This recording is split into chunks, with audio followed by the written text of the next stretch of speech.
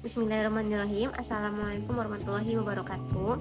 Saya Siska Adanis dengan NIM 12020723166. Di sini saya akan menjelaskan tentang beberapa materi terkait dengan hukum laut, yang dimana yang akan saya jelaskan yaitu ada 3 materi. Yang pertama garis pangkal, yang kedua laut teritorial, yang ketiga yaitu zona tambahan. Baik, yang pertama yang akan saya jelaskan yaitu garis pangkal.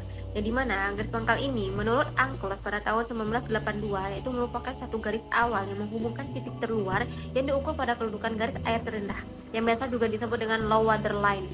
Garis pangkal ini adalah garis referensi pengukuran batas waktu terluar laut, wilayah, dan zona yurisdiksi maritim lain dari sebuah negara pantai. Garis pangkal juga mempresentasikan batas perairan pedalaman yang berada di sebelah dalam garis pangkal ke arah daratan. Selanjutnya yang akan saya jelaskan yaitu tentang sejarah garis pangkal, yang dimana dalam forum internasional mulai dipertimbangkan pada konferensi kodifikasi Den Haag pada tahun 1930, yang dimana hasil utama dari pekerjaan pada konferensi ini sendiri adalah bahwasanya acuan garis pangkal ini adalah yang pertama low water mark di sepanjang pantai. Pada pertengahan abad ke-19, negara-negara secara umum telah menyepakati bahwa garis pangkal sebagai dasar menghitung zona maritim pantai telah mengikuti liku-liku pantai. Yang kedua yaitu Whittemore Box, yaitu mengkritisi hal lain ini dan membuat metode alternatif yang disebutnya sebagai envelope of the arcs of circle method. Yang ketiga yaitu point the point theory. Point to point theory ini tidak juga berlaku konsepnya, karena setelah disurvei hasil dari point the point theory justru banyak memotong pulau atau karang. Untuk menentukan garis pangkal harus digunakan cara penarikan garis pangkal yang terdapat dalam UNCLOS pada tahun 1982. Selanjutnya yang akan saya jelaskan yaitu macam-macam dari garis pangkal. Garis pangkal ini yaitu ada garis pangkal biasa, garis pangkal lurus, garis pangkal penutup, dan garis pangkal lurus kepulauan. Garis pangkal biasa ini yaitu garis air terendah sepanjang pantai pada waktu air sedang surut, yang mengikuti liku atau morfologi pantai pada mulut sungai Teluk yang lebar mulutnya tidak lebih dari 24 mil, dan pelabuhan garis air terendah tersebut dapat ditarik sebagai suatu garis lurus. Yang selanjutnya yaitu garis pangkal lurus. Garis pangkal lurus ini yaitu garis air terendah yang menghubungkan titik-titik pangkal berupa titik terluar dari pantai gugusan pulau di depannya. Yang ketiga ini garis pangkal penutup.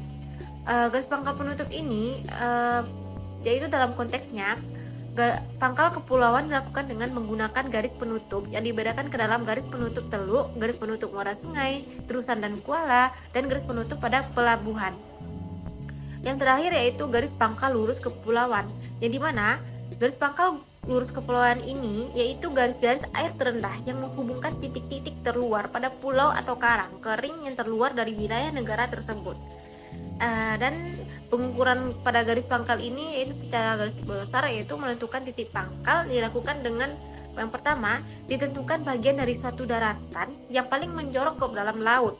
Yang kedua ditentukan di mana akan ditentukan titik-titik pangkalnya, ditentukan pada waktu yang berbeda, misalnya pagi di titik tertentu, siang di titik tertentu, dan malam juga di titik tertentu. Kemudian diambil rata-ratanya. Yang ketiga yaitu antara satu titik dan titik berikutnya dihubungkan menjadi garis-garis pangkal.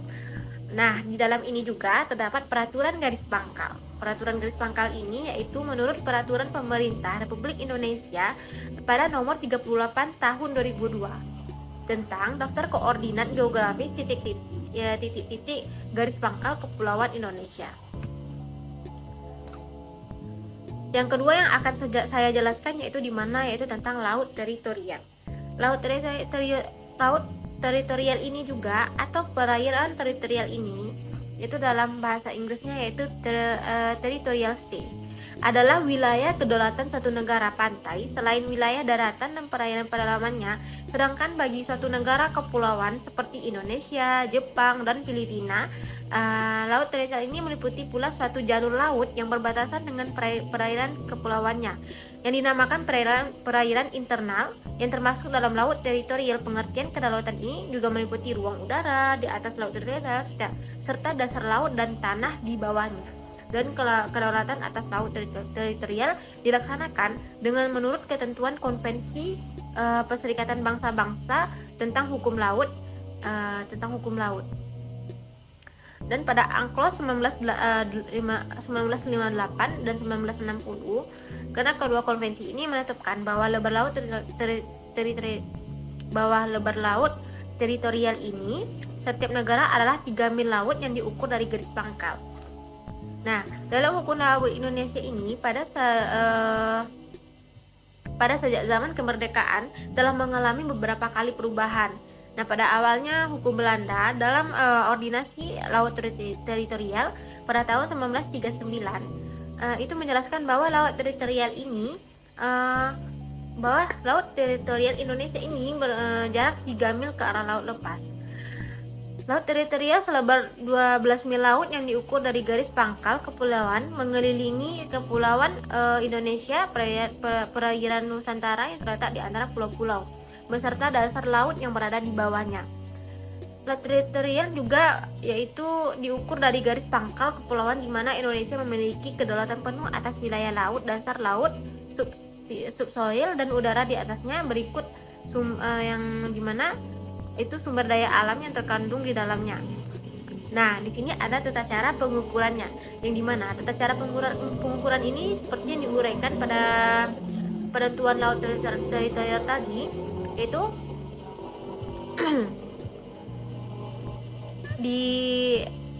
di mana tata cara pengukurannya itu yaitu titik pasang surut rendah seperti yang diatur pada dalam pasal 5 UNCLOS dan Undang-Undang Nomor 6 tahun 1996 pasal 5. Yang kedua, UNCLOS dan Undang-Undang Nomor 6 tahun 1996 itu memberikan pengecualian terhadap wilayah laut yang memiliki pantai yang saling berhadapan antara negara pantai.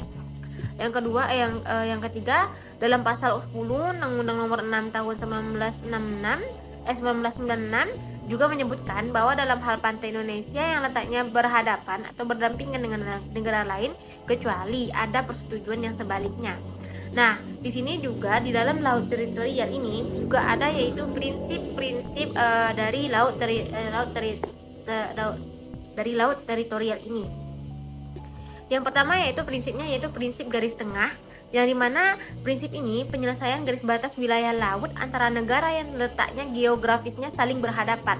Misalnya, penyelesaiannya garis batas laut wilayah antara Indonesia dan Malaysia di Selat Malaka pada tahun 1971. Yang kedua, prinsip sama jarak, yaitu prinsip penyelesaian garis batas wilayah laut antar negara yang letak geografisnya saling berdampingan.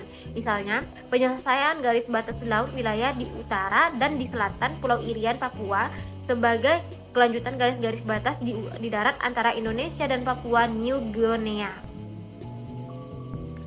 Penyelesaian tersebut bisa diselesaikan dengan Undang-Undang Nomor 6 tahun 1973. Selanjutnya yaitu prinsip keadilan, yang dimana prinsip penyelesaian ini yaitu pada batas wilayah laut didasarkan pada keadilan dan bukan didasarkan pada kondisi fisik alamiah semata.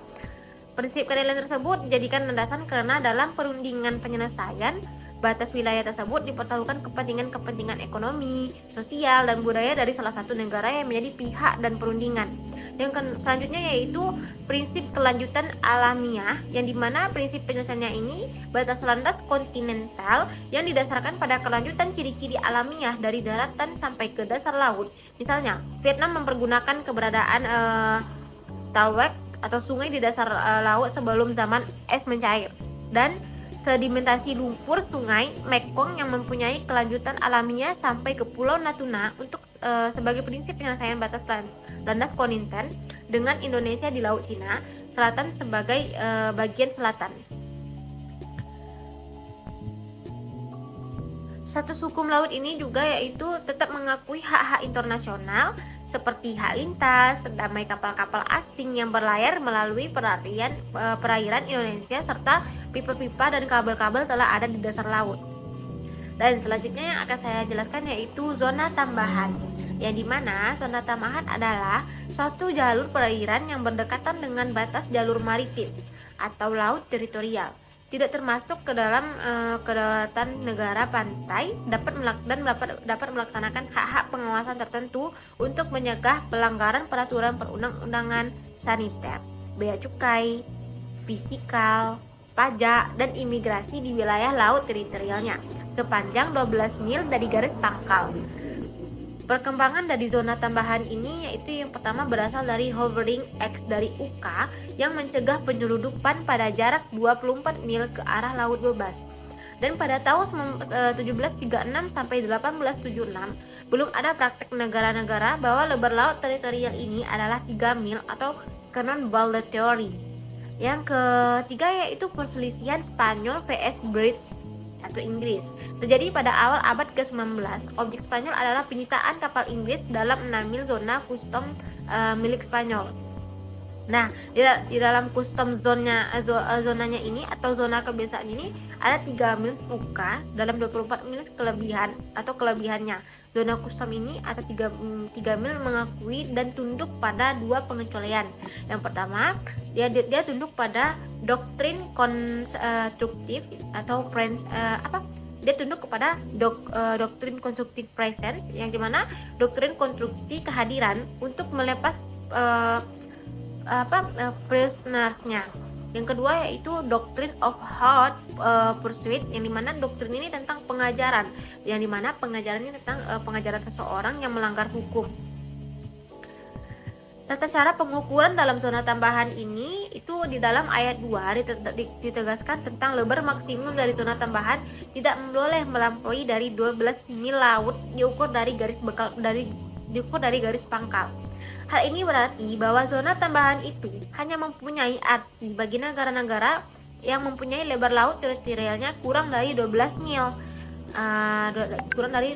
laut, atau menurut Konvensi Hukum Laut Jenewa pada tahun 1958, dan sudah tidak berlaku lagi setelah adanya ketentuan baru dalam Konvensi Hukum Laut pada tahun 1982.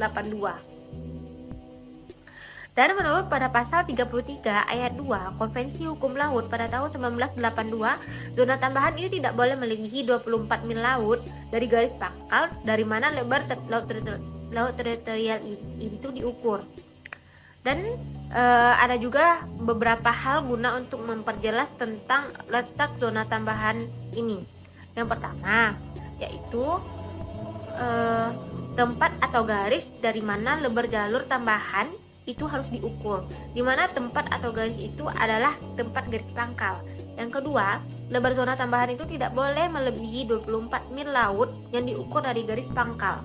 Yang ketiga, karena zona laut itu selebar 12 mil laut diukur dari garis pangkal yang merupakan laut teritorial, maka secara praktis lebar zona tambahan itu adalah 12 mil atau 24 sampai 12 mil laut, yang dimana itu diukur dari garis besar atau batas laut teritorialnya. Yang dengan kata lain, zona tambahan selalu terletak di luar dan berbatasan dengan laut teritorial.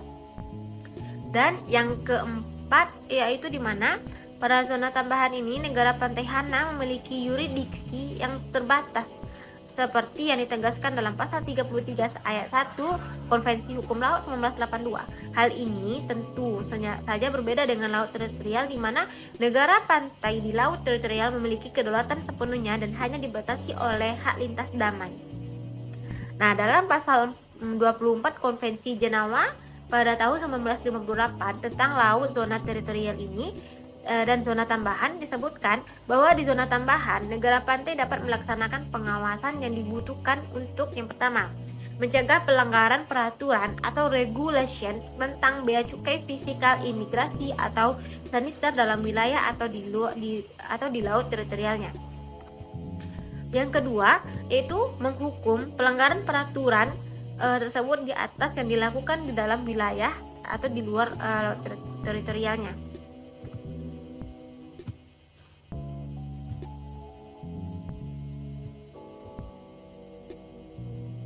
Nah, di dalam ininya juga ada ketentuan serupa juga dapat ditemukan pada pasal 33 UNCLOS pada tahun 1982 dengan rumusannya sedikit berbeda, di mana negara pantai dapat melaksanakan pengawasan yang dibutuhkan dengan juga dari beberapa pencegahannya.